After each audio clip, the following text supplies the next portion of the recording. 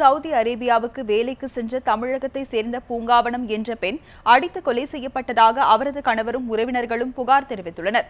திருவண்ணாமலை மாவட்டம் மலமஞ்சனூர் புதூர் கிராமத்தை சேர்ந்த கூலி தொழிலாளி நாகராஜ் என்பவரின் மனைவி பூங்காவனம் கடந்த 7 மாதங்களுக்கு முன் சவுதி அரேபியாவுக்கு வீட்டு வேலைக்கு சென்றார். கடந்த மாதம் குடும்பத்தினருடன் தொலைபேசியில் பேசிய நாகராஜ் தனது முதலாளி தன்னை அடித்து சித்திரவதை செய்வதாக கூறியிருந்தார். தற்போது பூங்காவனம் தற்கொலை செய்து கொண்டதாக அவரது குடும்பத்தினருக்கு தகவல் கிடைத்துள்ளது.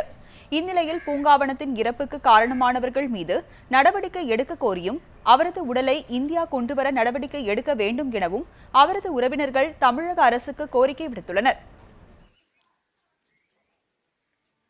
பூங்காவனம் சவுதிக்கு போய் இன்னமும் தெரியல, ஆனது இன்னமும் தெரியல.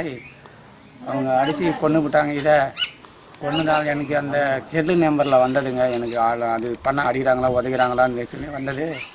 என்னமோ தெரில. அதுன்ட்டு ஒன்று பார்த்தா மக்கானால ஞாயிற்றுக்கிழமை நான் 14ஆம் தேதி அது எனக்கு செய்தி கிடச்சிது. அடிக்கிறாங்க உதைக்கிறாங்க சம்பளம் கேட்டாக்கா அப்படின்னு சொல்லிட்டு சொல்கிறாங்க. ஆனால் மறுநாள் காலையில் எங்களுக்கு நியூஸ் வரல.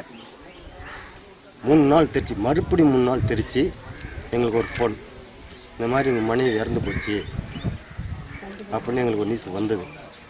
என்ன ஏதோ தெரிலன்னு சொல்லிட்டு நாங்களே யாரையும் பிடிச்சி பார்த்தோம். எங்களுக்கு தெரியல அது மாதிரி நியூஸ் என்னன்றது. அதுக்கு நடவடிக்கை கவர்மெண்ட்டார் நீங்கள் தான் எங்களுக்கு ஒரு ஒத்துழைப்பு கொடுக்கணும்.